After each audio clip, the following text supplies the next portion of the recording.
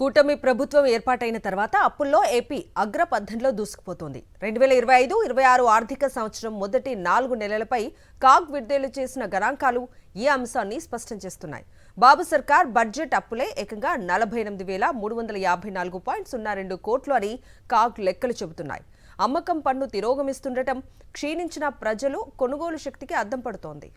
అప్పుల్లో అగ్రపదం సంపద శూన్యం. టీడీపీ కూటమి సర్కార్ పాలనలో సంపద సృష్టి దేవుడెరుగు. అప్పులు మాత్రం భారీ వృద్ధితో రంకెలు వేస్తున్నాయి.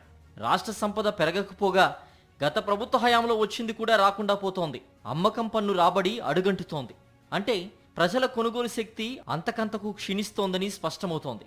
ఈ మేరకు 2025-26 ఆర్థిక ఏడాదికి సంబంధించి తొలి 4 నెలల బడ్జెట్ కీలక సూచికలు గణాంకాలను కాగ్ తాజాగా వెల్లడించింది. అప్పులు చేయడంలో ఆంధ్రప్రదేశ్ దేశంలోనే అగ్రగామిగా ఉందని కాగ్ గణాంకాలు స్పష్టం చేశాయి. కాగ్ గణాంకాల ప్రకారం కేరళ, మధ్యప్రదేశ్, ఒడిశా, పంజాబ్, రాజస్థాన్, కర్ణాటక రాష్ట్రాలను మించి ఆంధ్రప్రదేశ్ భారీగా అప్పులు చేసింది. ఆంధ్రప్రదేశ్ ఈ ఆర్థిక ఏడాది తొలి 4 నెలల్లోనే ఏకంగా 48,354.02 కోట్ల మేర అప్పులు చేసినట్లు కాగ్ గణాంకాలు స్పష్టం చేశాయి. ఈ ఆర్థిక ఏడాది తొలి 4 నెలల్లోనే చంద్రబాబు సర్కార్ బడ్జెట్ అప్పులే ఏకంగా 48,354 కోట్ల రూపాయలు చేసినట్లుగా కాగ్ గణాంకాలు వెల్లడిస్తున్నాయి.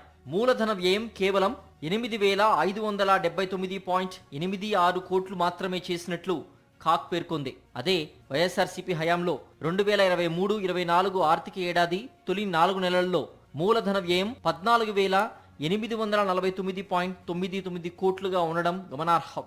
చేసిన అప్పుల్ని ఆస్తుల కల్పనకు వ్యయం చేయాలని ఎన్నికల ముందు గంభీరంగా చెప్పిన చంద్రబాబు ఎడాపెడా అప్పులు చేస్తూ అటు ఆస్తుల కల్పనకు వెచ్చించకపోగా ఇటు సూపర్ 6 హామీలను నెరవేర్చడం లేదు.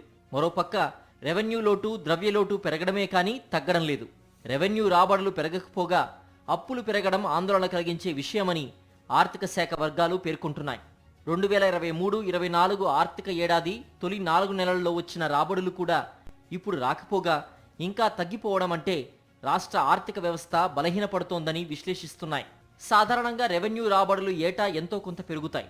కానీ టీడీపీ కూటమి సర్కార్ అధికారం చేపట్టిన నాటి నుంచి రెవెన్యూ రాబడులు తగ్గుతూ వస్తున్నాయి. వైఎస్ఆర్సీపీ హయాంలో 2023-24 ఆర్థిక సంవత్సరం ఏప్రిల్ నుంచి జూలై వరకు వచ్చిన రెవెన్యూ రాబడులతో పోల్చితే ఈ ఆర్థిక ఏడాది ఏప్రిల్ నుంచి జూలై వరకు వచ్చిన రెవెన్యూ రాబడులు 16.08% క్షీణించి 9,400.99 కోట్లు తగ్గిపోయాయి.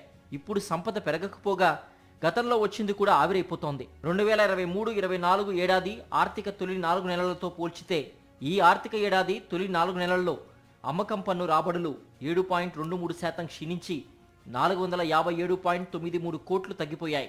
టీడీపీ కేంద్ర ప్రభుత్వంలో భాగస్వామిగా ఉన్నప్పటికీ కేంద్ర గ్రాంట్ల రూపంలో రావాల్సిన రాబడులు గణనీయంగా తగ్గిపోయాయి. తొలి 4 నెలల్లో వచ్చిన గ్రాంట్లతో పోలిస్తే 2025-26 తొలి 4 నెలల్లో కేంద్ర గ్రాంట్లు ఏకంగా 15,581.2 కోట్లు తగ్గిపోయాయి. అంటే ఏకంగా 87.63% మేర కేంద్ర గ్రాంట్లు క్షీణించాయి. కేంద్ర ప్రాయోజిత పథకాల ద్వారా గ్రాంట్ల రూపంలో నిధుల్ని రాబట్టడంలో కూడా చంద్రబాబు సర్కార్ వైఫల్యం కొట్టొచ్చినట్లు కనిపిస్తోంది. వైఎస్ జగన్ ప్రభుత్వంతో పోల్చితే చంద్రబాబు పాలనలో సామాజిక రంగ వ్యయం కూడా తగ్గిపోయింది. సామాజిక రంగ వ్యయం సాధారణంగా పెరగాలి. అందుకు భిన్నంగా 2023-24 ఆర్థిక ఏడాది తొలి 4 నెలలతో పోల్చితే 2025-26లో సామాజిక రంగ వ్యయం 8,863.9 కోట్లు తగ్గిపోయింది. అంటే ఏకంగా 15.04% వ్యయం తగ్గింది. సామాజిక రంగంలో వ్యయం అంటే విద్య, వైద్యం, సంక్షేమ రంగాలపై చేసే వ్యయంగా పరిగణిస్తారు. సాధారణంగా ఏటా బడ్జెట్ వ్యయం పెరుగుతుంది. అయితే అందుకు భిన్నంగా అప్పులు పెరుగుతూ రాష్ట్ర సంపద తగ్గుతూ రావడం అంటే తిరోగమనంలోకి వెళ్తున్నట్లు స్పష్టమవుతోంది.